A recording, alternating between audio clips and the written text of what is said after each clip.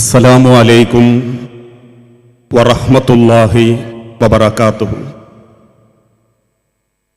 ഇന്നൽ ഹംദലില്ലാഹ് അൽഹംദുലില്ലാഹി റബ്ബിൽ ആലമീൻ വല്ലാഖിബത്തു ലിൽ മുത്തഖീൻ വലാ ഉദ്വാന ഇല്ലാ അലൽ ളാലിമീൻ വഉസല്ലി വഉസല്ലിമു അലാ അശ്റഫിൽ അംബിയാഇ വൽ മുർസലീൻ നബിയിനാ മുഹമ്മദിൻ വഅലാ ആലിഹി വഅസ്ഹാബിഹിൽ ഫായിസീന ബിദിലല്ലാഹ്. അഊദു ബില്ലാഹി മിനശ് ശൈത്വാനിർ റജീം. ബിസ്മില്ലാഹിർ റഹ്മാനിർ റഹീം. യാ അയ്യുഹല്ലദീന ആമനൂ ഖൂ അൻഫുസകും വഅഹ്ലീകും നാറാ വഖൂദുഹൻ നാസു വൽ ഹിജാറ അലൈഹാ മലായികത്തുൻ ഗിലാദുൻ ശിദാദുൻ ലാ യഅസൂനല്ലാഹ മാ അമറഹും വയഫ്അലൂന മാ യുഅ്മറൂൻ. റബ്ബി ഇശ്റഹ് ലി സുദ്രി വയസ്സിർ ലി അംരി. വേദിയിലും സദസ്സിലും ഇരിക്കുന്ന ബഹുമാന്യ വ്യക്തിത്വങ്ങളെ,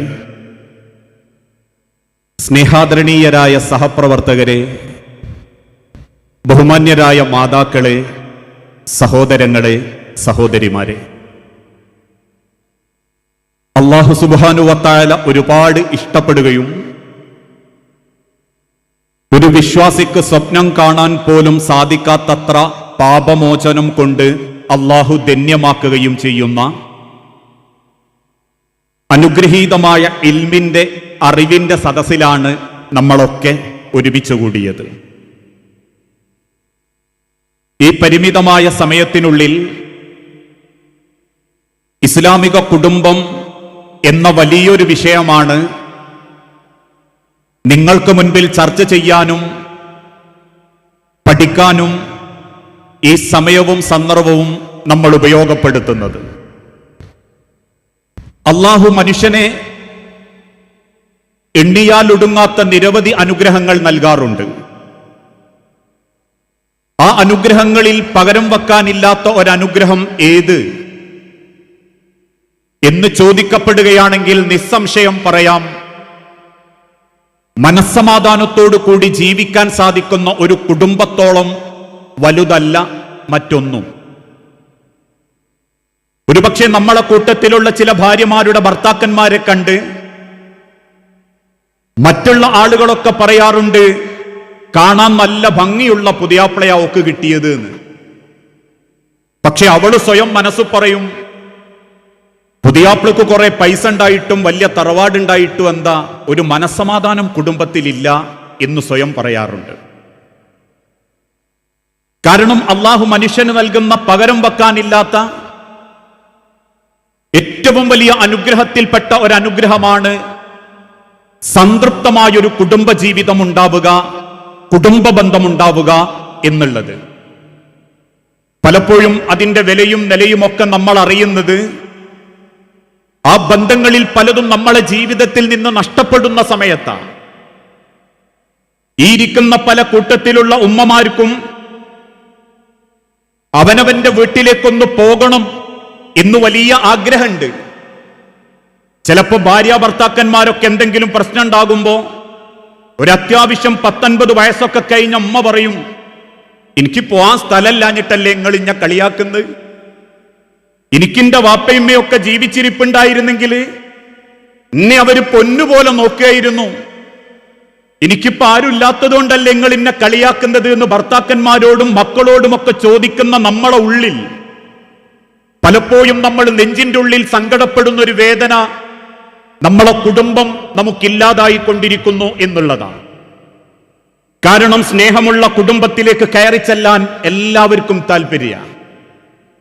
കല്യാണം കഴിഞ്ഞ വീട്ടിൽ നിന്ന് സ്വന്തം വീട്ടിലേക്ക് പോകുന്ന ഒരു പെണ്ണിന്റെ ആവേശം കണ്ടിട്ടുണ്ടെങ്കിൽ ഏകദേശം 2 ദിവസം മുൻപേ ഒരുങ്ങും, എനിക്കിന്റെ വീട്ടിൽ പോകാനുണ്ട്, എന്തൊക്കെയാണ് കൊണ്ടുപോകാനുള്ളത് എന്നൊരാവേശം. ആ തിരിച്ചു വരുന്ന ആവേശം ആ രൂപത്തിലില്ലെങ്കിൽ അതുകൊണ്ടുണ്ടാകുന്ന മനുഷ്യന്റെ തിരിച്ചറിവ് സ്നേഹമുള്ള സ്ഥലത്തെ മനുഷ്യന് ജീവിക്കാൻ സാധിക്കൂ. സ്നേഹമുള്ളിടത്തെ കുടുംബ ജീവിതം ഭദ്രമായി കൊണ്ടു നടക്കാൻ നമ്മളെ കൊണ്ട് സാധിക്കും. കാരണം മനുഷ്യനെ സൃഷ്ടിച്ച അള്ളാഹു വിശുദ്ധ ഖുർആനിലൂടെ പഠിപ്പിച്ചൊരു വാക്ക്, വമിൻ ആയാത്തിഹി, റബ്ബിന്റെ ദൃഷ്ടാന്തമാണ് നിങ്ങൾക്ക് കുടുംബം എന്ന സംവിധാനം. നമ്മൾ ഈ ഇരിക്കുന്ന ഇരിപ്പിടത്തിന്റെ താഴെ മണ്ണിരകളുണ്ട്. ആ മണ്ണിരകൾക്ക് ഇന്ന് വരെ ഒരു പെണ്ണാലോചിച്ചിട്ടില്ല.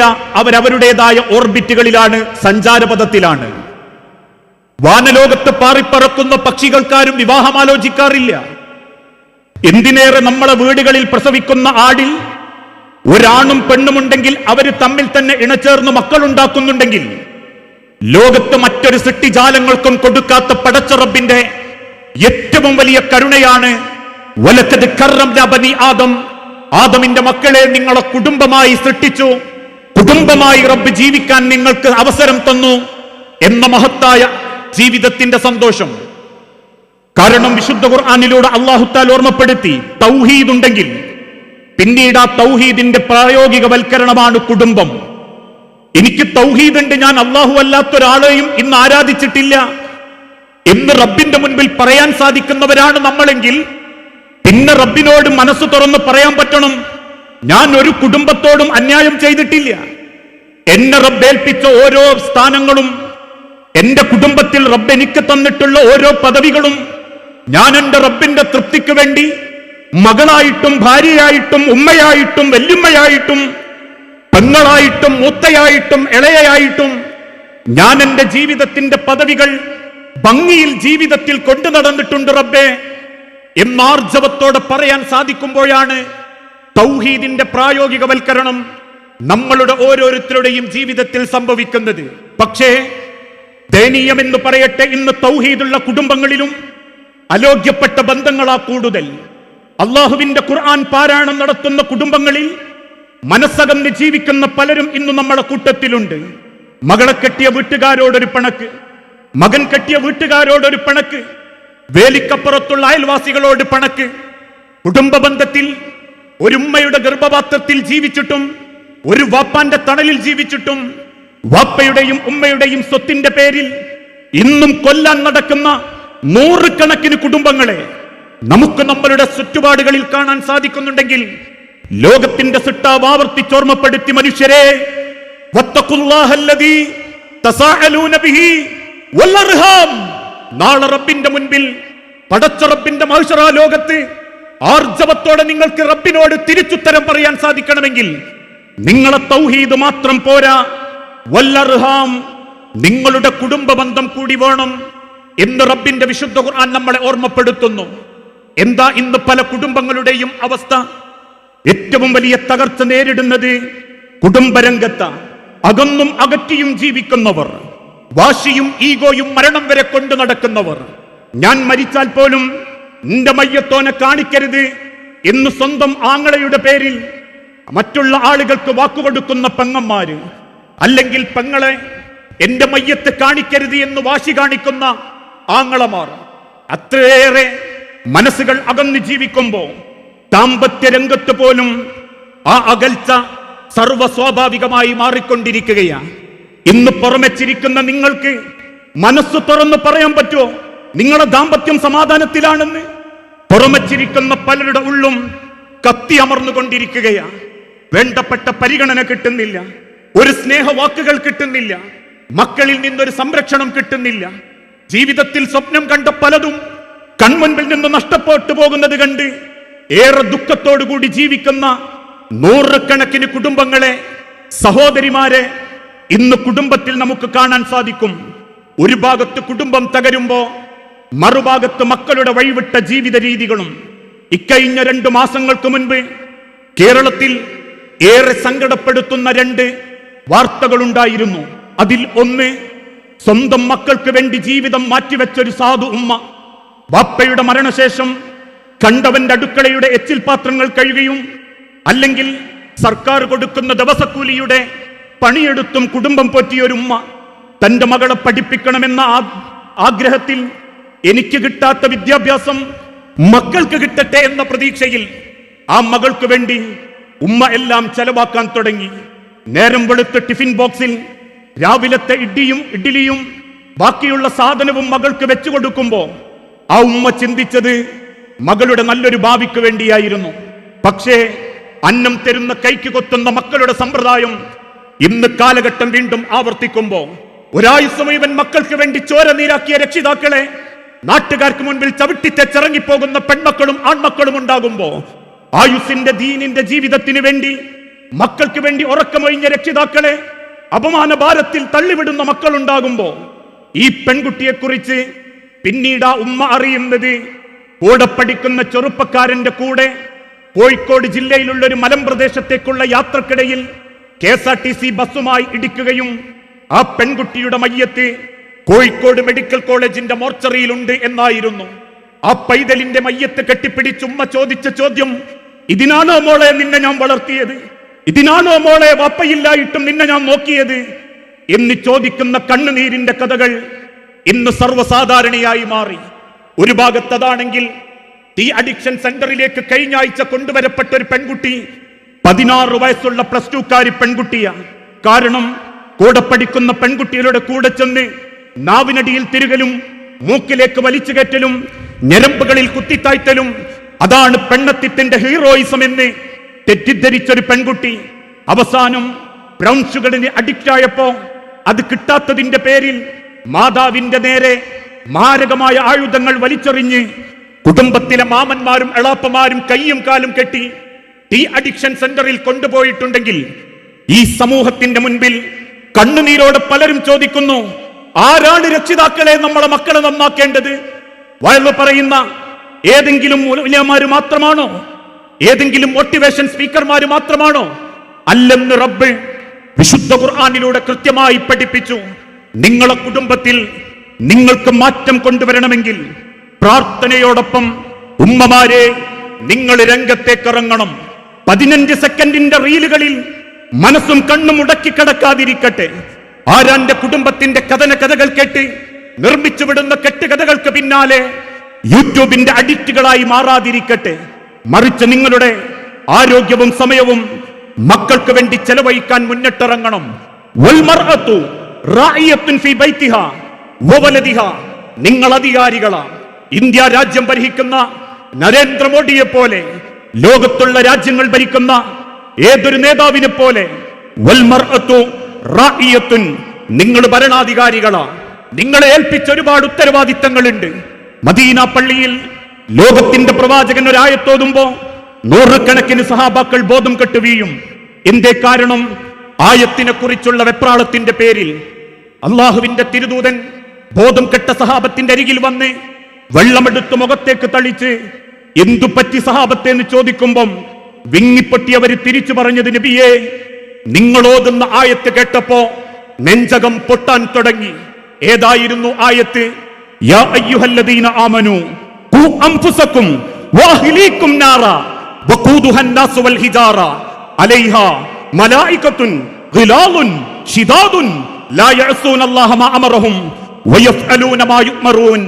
യാ അയ്യുഹല്ലദീന ആമനൂ, അല്ലയോ സത്യവിശ്വാസികളെ, ഇന്ന് വരെ ഒരു ജാറത്തിങ്കലും പോയി മക്ബറ മൂടി പ്രാർത്ഥിക്കാത്തവരെ, ഏതെങ്കിലും ആളുകൾക്ക് മുൻപിൽ മന്ത്രിച്ചോതാൻ കൈകൾ നീട്ടിക്കൊടുക്കാത്തവരെ, 114 സൂറത്തുകൾ ഖതമുകളായി പലതവണ ഓതി തീർത്തവരെ, അള്ളാഹുവിന്റെ കഅബാലയത്തിങ്കൽ ചെന്ന് തവാഫ് നടത്തി അള്ളാഹുവിന്റെ മുൻപിൽ സുജൂദ് ചെയ്തവരെ, യാ അയ്യുഹല്ലദീന ആമനൂ, വിശ്വാസികളെ, ഖൂ അൻഫുസകും, നിങ്ങൾ നിങ്ങളെ രക്ഷപ്പെടുത്തണം, വഅഹ്ലീകും, നിങ്ങളെ കുടുംബത്തെയും രക്ഷപ്പെടുത്തണം.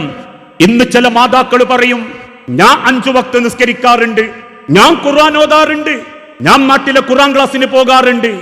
മക്കളോ, നിന്റെ ഉദരത്തിൽ പടച്ച റബ്ബിന്റെ കാരുണ്യത്തോടുകൂടി അലക്കയായി മുളകയായി താഴേക്ക് തലവളരുന്ന കോലത്തിൽ നിന്റെ പൊക്കിൾക്കൊടിയിലൂടെ നിന്റെ വായു കൊണ്ടും വെള്ളം കൊണ്ടും നാഥൻ ഒരുക്കി തന്ന നിന്റെ മക്കൾ, ആ മക്കളെ സന്മാർഗത്തിന്റെ പാതയിലേക്ക് കൈപിടിക്കേണ്ട ഉത്തരവാദിത്വം റബ്ബ് നിന്നെ ഏൽപ്പിച്ചിട്ടുണ്ടെങ്കിൽ വൽ മർഅതു റാഇയത്തുൻ ഫീ ബൈതിഹാ വവലദിഹാ.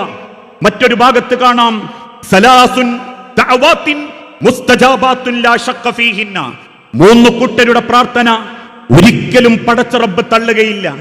ഇന്ന് പല രക്ഷിതാക്കളും മക്കൾ വഴിപഴച്ചു പോകുമ്പോ നാട്ടിലെ മൗലൈമാരോടൊക്കെ പറയും, നിങ്ങളൊന്നിന്റെ കുട്ടിക്ക് വേണ്ടി ദ്വാരക്കണം, ദുആ ഇറക്കലുകൊണ്ട് മാത്രം മക്കൾ നന്നാവൂല, കുടുംബം നന്നാവൂല. മറിച്ച് എന്തു വേണം? നമ്മൾ സ്വയം മാറണം. മാറുന്നതോടൊപ്പം മക്കൾക്ക് വേണ്ടി പ്രാർത്ഥിക്കണം. 3 റബ്ബ് തടയാത്ത പ്രാർത്ഥനകൾ ഏത് എന്ന് ചോദിച്ചപ്പോ അള്ളാഹുവിന്റെ നബി തങ്ങൾ ഓർമ്മപ്പെടുത്തി, ദഅവത്തുൽ വാലിദി ലിവലദിഹി, സ്വന്തം മക്കൾക്ക് വേണ്ടി മാതാപിതാക്കൾ പ്രാർത്ഥിക്കുന്ന പ്രാർത്ഥന ഒരിക്കലും പടച്ച റബ്ബ് തള്ളിക്കളയുകയില്ല. മറ്റൊരു റിവായത്തിൽ കാണാം, കദഅവത്തിൻ നബിയ്യി ലിഉമ്മത്തിഹി, സ്വന്തം ഉമ്മത്തിനു വേണ്ടി നബി തങ്ങൾ പ്രാർത്ഥിച്ച പ്രാർത്ഥനയെ പോലെയാണ് സ്വന്തം മക്കൾക്ക് വേണ്ടി ഓരോ മാതാപിതാക്കളും പ്രാർത്ഥിക്കൽ. പക്ഷെ പ്രാർത്ഥിക്കുമ്പോ മക്കൾ തിരിച്ചു ചോദിക്കുന്ന ചോദ്യം നമ്മളെ ജീവിതത്തിൽ ഉണ്ടാകരുത്. ഉമ്മ നിസ്കരിച്ചോ? ഉമ്മ ഖുർആൻ ഓതിയോ? ഉമ്മ നല്ല നിലക്ക് വസ്ത്രം ധരിച്ചോ? ഉമ്മ വാപ്പാനോട് നല്ല നിലക്ക് പെരുമാറിയോ? ഉമ്മ വാപ്പാനോട് മാന്യമായിട്ട് ഇടപെട്ടോ? ഉമ്മമ്മന്റെ കാഴ്ച നന്നാക്കിയോ? ഉമ്മ കുടുംബക്കാരോട് നല്ല നിലക്ക് നടന്നോ? ഉമ്മ മറ്റുള്ളവരോട് മാന്യമായിട്ട് സംസാരിച്ചോ എന്ന് മക്കൾ ചോദിക്കാതിരിക്കണമെങ്കിൽ ആദ്യം നമ്മൾ തിരുത്തണം. തിരുത്തിയിട്ട് മക്കൾക്ക് വേണ്ടി റബ്ബിനോട് ദുആ ചെയ്യണം. എങ്കിൽ മാത്രമേ അള്ളാഹു ആഗ്രഹിച്ച രീതിയിൽ നമുക്ക് റബ്ബിന്റെ മുൻപിൽ ഉത്തരം പറയാൻ സാധിക്കുകയുള്ളൂ. അത്രയേറെ ലോകത്തിന്റെ പ്രവാചകൻ കുടുംബ ബന്ധങ്ങൾക്ക് പ്രാധാന്യം കൊടുത്തിട്ടുണ്ട്. കേൾക്കണോ ഇസ്ലാമിക ചരിത്രം? ബദർ യുദ്ധം, ബദറിൽ കൊടുമ്പിരിക്കൊണ്ടിരിക്കുന്ന സമയം, ഇസ്ലാമിക ലോകത്ത് ശത്രുക്കളാൽ വലയം ചെട്ടിപ്പെട്ടിരിക്കുന്ന സമയം, ബദർ നടന്നുകൊണ്ടിരിക്കുമ്പോ അങ്ങ് ദൂരെ മദീനയിൽ അള്ളാഹുവിന്റെ പ്രവാചകന്റെ വീട്ടിൽ ഒരാൾ മരണത്തോട് മല്ലടിക്കുന്നുണ്ടായിരുന്നു. ലോകത്തിന്റെ പ്രവാചകന്റെ പ്രിയപ്പെട്ട 2ാമത്തെ മകൾ റുഖിയ ബീവി മരണത്തോട് മല്ലടിച്ചു കൊണ്ടിരിക്കുമ്പോ അരികിൽ ഭർത്താവ് ഉസ്മാൻ ബിൻ അഫ്ഫാൻ വെള്ളം കൊടുത്തും റുഖിയക്ക് വേണ്ടി പ്രാർത്ഥിച്ചും അടുത്തിരിക്കുന്നുണ്ട്. ഇസ്ലാമിക ചരിത്രത്തിൽ യുദ്ധത്തിന് വേണ്ടി പുറപ്പെടരുത് എന്ന് പറഞ്ഞവര് 2 കൂട്ടര് മാത്രമാ. ഒന്ന്, വൃദ്ധരായ മാതാപിതാക്കൾ ഉണ്ടെങ്കിൽ ആ മക്കൾ യുദ്ധത്തിന് വരാൻ പാടില്ല. 2, രോഗിയായ ഭാര്യയുണ്ടെങ്കിൽ ആ ഭർത്താവ് യുദ്ധത്തിന് വരാൻ പാടില്ല. ബന്ധങ്ങളുടെ മഹത്വമാ, ബന്ധങ്ങൾക്ക് റസൂല് കൊടുക്കുന്ന സ്ഥാനമാ. റുഖിയ ബീവി മരണത്തോട് മല്ലടിക്കുന്നു. അള്ളാഹുവിന്റെ പ്രവാചകൻ ബദറിൽ കൊടുമ്പിരിക്കൊണ്ടിരിക്കുന്ന യുദ്ധം. അവസാനം ബദറിന്റെ വിജയവാർത്തയുമായി സഈദ് റളിയല്ലാഹു അൻഹു മദീനയിലെത്തിയപ്പോ കാണുന്നത് റുഖിയ ബീവിയുടെ മയ്യത്ത് കുളിപ്പിച്ച് ഉസ്മാൻ ഇബ്നു അഫ്ഫാൻ അതിന്റെ തലഭാഗത്തിരിക്കുന്നതാ. അള്ളാഹുവിന്റെ പ്രവാചകന്റെ പ്രിയപ്പെട്ട മകളുടെ മയ്യത്തിലേക്ക് നോക്കി കണ്ണു നിറഞ്ഞു നിൽക്കുന്ന സഈദിനോട് ഉസ്മാൻ ഇബ്നു അഫ്ഫാൻ ചോദിച്ചു, സഈദ്, അള്ളാഹുവിന്റെ പ്രവാചകൻ വരുമോ? സഈദ് റളിയല്ലാഹു അൻഹു പറഞ്ഞു, അറിയില്ല ഉസ്മാൻ, പരിക്ക് പറ്റിയ ആളുകളെ പരിചരിക്കുകയാ അള്ളാഹുവിന്റെ പ്രവാചകൻ ബദറിൽ. പിന്നീട് തന്റെ ഭാര്യയുടെ മയ്യത്തെടുത്ത് 6 അടി മണ്ണിലേക്ക് ഉസ്മാൻ ഇബ്നു അഫ്ഫാൻ ഇറക്കി വെച്ചു. 3 പിടി മണ്ണ് വാരിയിട്ടു. ലോകത്തിന്റെ സിട്ടാവിന്റെ നേരെ തന്റെ റുഖിയയെ ഏൽപ്പിച്ചു കൊടുക്കാൻ നേരത്ത് ഓടിക്കതച്ച റസൂലുള്ള ഖബറിന്റെ അരികിലേക്ക് വന്നു. ഖബറിലേക്കൊന്ന് നോക്കി, ചുറ്റുപാടും നോക്കി നിൽക്കുന്ന സഹാബത്തിനോട് അള്ളാന്റെ നബി തങ്ങൾ പറഞ്ഞൊരു വാക്കുണ്ട്, എന്റെ ഖദീജയെ പോലെയായിരുന്നു എന്റെ റുഖിയയും. എന്റെ ഖദീജയോട് രൂപസാദൃശ്യമുള്ള എന്റെ റുഖിയ, എന്റെ ഖദീജയെ പോലെ സംസാരിക്കുന്ന എന്റെ റുഖിയ, എന്റെ ഖദീജയെ പോലെ സ്നേഹിക്കാൻ പഠിച്ച എന്റെ റുഖിയ, ആ റുഖിയയാണ് റബ്ബേ നിന്റെ അടുത്തേക്ക് ഞാൻ ഏൽപ്പിച്ചു തന്നത്. കരഞ്ഞിരിക്കുന്ന ഉസ്മാൻ ഇബ്നു അഫ്ഫാന്റെ തോളത്ത് പതുക്കെ 2 തട്ട് തട്ടിയിട്ട് നബി തങ്ങൾ പറഞ്ഞു, ഉസ്മാൻ, റുഖിയക്ക് ശേഷമുള്ള ഉമ്മു കുൽസൂനെയും നിനക്ക് ഞാൻ തരും ഉസ്മാൻ. അത്രക്ക് ഭംഗിയായിട്ടാണ് ഉസ്മാൻ നീ എന്റെ റുഖിയെ നോക്കിയത് എനിക്കറിയാം. ഇതായിരുന്നു റസൂലുള്ള കൊടുത്ത ബന്ധങ്ങളുടെ സ്ഥാനം. അതേ ബന്ധങ്ങളിൽ നബി തങ്ങൾ ആദ്യം പഠിപ്പിച്ചതും മാതാപിതാക്കളോട് ഏറ്റവും മര്യാദയോടെ പെരുമാറാൻ വേണ്ടിയായിരുന്നു. ഇന്നോ നമ്മളെ പല കുടുംബങ്ങളിലും വൃദ്ധരായ മാതാപിതാക്കൾ പേടിച്ചുകൊണ്ടാ ജീവിച്ചുകൊണ്ടിരിക്കുന്നത്. എല്ലാ കുടുംബങ്ങളിലും എന്ന് ഞാൻ പറയുന്നില്ല, ഭർത്താവിന്റെ മാതാവിനെയും പിതാവിനെയും പെറ്റുമ്മയേക്കാൾ സ്നേഹിക്കുന്ന മരുമക്കളുണ്ട്.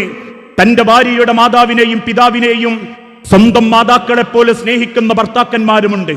പക്ഷേ പല കുടുംബത്തിലും മാതാപിതാക്കൾ മനസ്സുവേദനിച്ച് ജീവിക്കുന്നു. ഒരുപക്ഷെ അവൾ നാട്ടിലെ ഖുർആൻ ക്ലാസിന്റെ നടുക്കഷണമാകാം, നാട്ടിലെ ദീനീ പ്രവർത്തനത്തിന്റെ മുൻപന്തിയിലുണ്ടാകാം.